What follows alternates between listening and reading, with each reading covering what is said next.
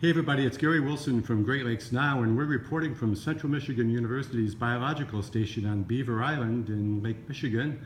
Our guest today is Professor Don Uzarski, who directs Central Michigan's Great Lakes research on wetlands, aquatic biology, and other things. Professor Uzarski, thanks for inviting us to Beaver Island. And thanks for coming. First, Professor, would you describe your Great Lakes work, and I mean its mission, so to speak, what you do on Beaver Island and how this facility supports your overall work? Yeah, we're actually working across the Great Lakes Basin, U.S. and Canada. This serves as just one of many really good platforms to be able to access the Great Lakes. What better place to do Great Lakes research than being 32 miles out into the middle of Lake Michigan? We can reach some remote areas from this platform, but we're also stationed across the basin, both U.S. and Canada. Wetlands have been your specialty for quite some time, and in 2010, the university received $10 million, which has been supported by another $10 million for research from the Great Lakes Restoration Initiative, the federal program run by the EPA.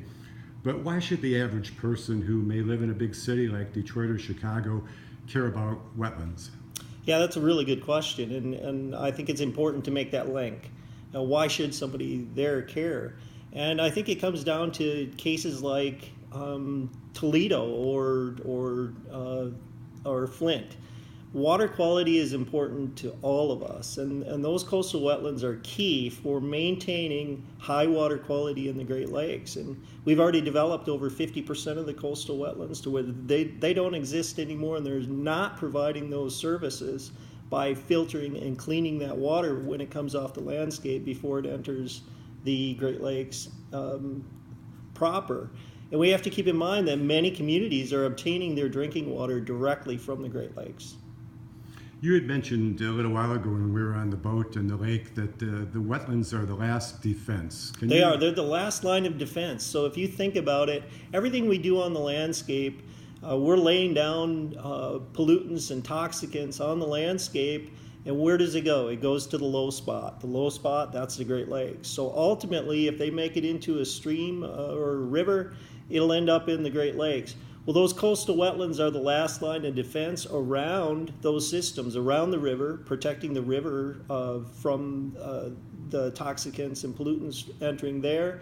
And they're also around the fringe of the Great Lakes proper.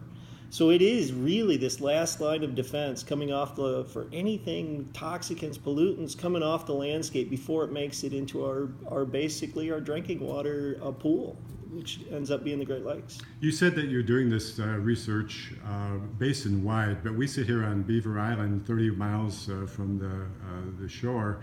How do you cover the other lakes? We have many partners on the EPA project.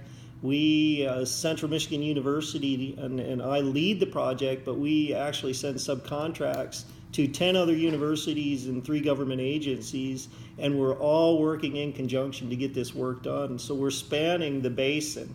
We have partners at University of Wisconsin, University of Minnesota, Notre Dame, SUNY Brockport, University of Windsor, Lake State, Grand Valley State University. And then also government agencies, Michigan Department of Environmental Quality, Bird Studies Canada, and Environment Canada. So we're spread out. Everyone has a research crew to take care of the sampling and the science in their region, and then we bring it all together. One criticism by some on research is research gets done, it's nice for the university professors, and it goes on the shelf, and there it sits. Is this research for the sake of research, or will this really inform management decisions? I like to say at Central Michigan University, within the Institute for Great Lakes Research, we can ask questions that address basic science, but I think everything that we're doing, we have to step back and ask ourselves, how is this going to impact the general public? How is this going to help managers do their job? What is this information going to be used for? And we very much cater towards, we want to see that information used and applied and put to work for the people that really need it, the people that are counting on this ecosystem for drinking water, for habitat, for for recreation and so on. What's the trend line for wetlands in Michigan and in the Great Lakes region in general? And you've been working on this in some form, I think, from the early 2000s. Or even the 1990s. 1990s. Yeah. And you've had significant funding now for 7 or 8 years. Is the trend line up, down, getting better, worse, status quo? That's a bit of a trick question because it depends on scale. So if you ask me basin-wide, if you said, okay, put all of the coastal wetlands across the basin and answer that question, my answer would be that they are pretty much at a status quo at this point. However, that's an average because we have some regions that are getting worse and some regions that are actually getting better. And it depends on, again, that what are we doing on the landscape very much impacts the coastal wetland, which ultimately impacts the water quality and the habitat quality and the flood control up until the Great Lakes. Is there one example? Is there one example you can give of a place that's really doing well, and then quickly one that's not doing so well? Yeah, so we can look at, and this becomes a very complicated question because I'll take Saginaw Bay wetlands as an example. Saginaw Bay wetlands, the coastal wetlands around the fringing around Saginaw Bay are taking a really hard hit with an invasive plant called Phragmites, and this is it's common reed. It grows 7, 8, 9 feet tall. It's not something you want to try to look over because you can't see the Great Lakes from the shore when this takes over.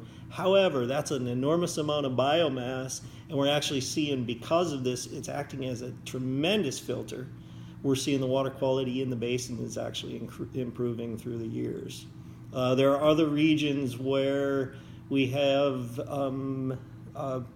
too much sort of poor thought out land use adjacent to some of the systems, and especially when we start diking off and changing the hydrology of the system, then we're seeing those degraded. And we've only got about a minute left, but I have to ask you about a lot of your funding for wetlands. It comes from the federal government. We have a new president who wants to cut that budget to zero. What's the case that you make to keep the federal money flowing? Well, I think the case is pretty simple. We can ask ourselves, do we need clean drinking water? Yes, absolutely. When we don't have clean water to start with and we try to clean it up even more, we can look into cases like Flint and Toledo that cost an enormous amount of money to make sure we're providing the people with clean drinking water. We have to be out in front of that. The other thing that we look at, the Great Lakes Restoration Initiative supports thousands of projects that are addressing toxicants, Superfund sites, and it is employing thousands and thousands of people, from people operating backhoes to scientists and everything in between. That's an enormous amount of jobs that would be lost. Professor Uzarski, thanks for talking with us. Thank For you. Great Lakes Now, I'm Gary Wilson. Thank you.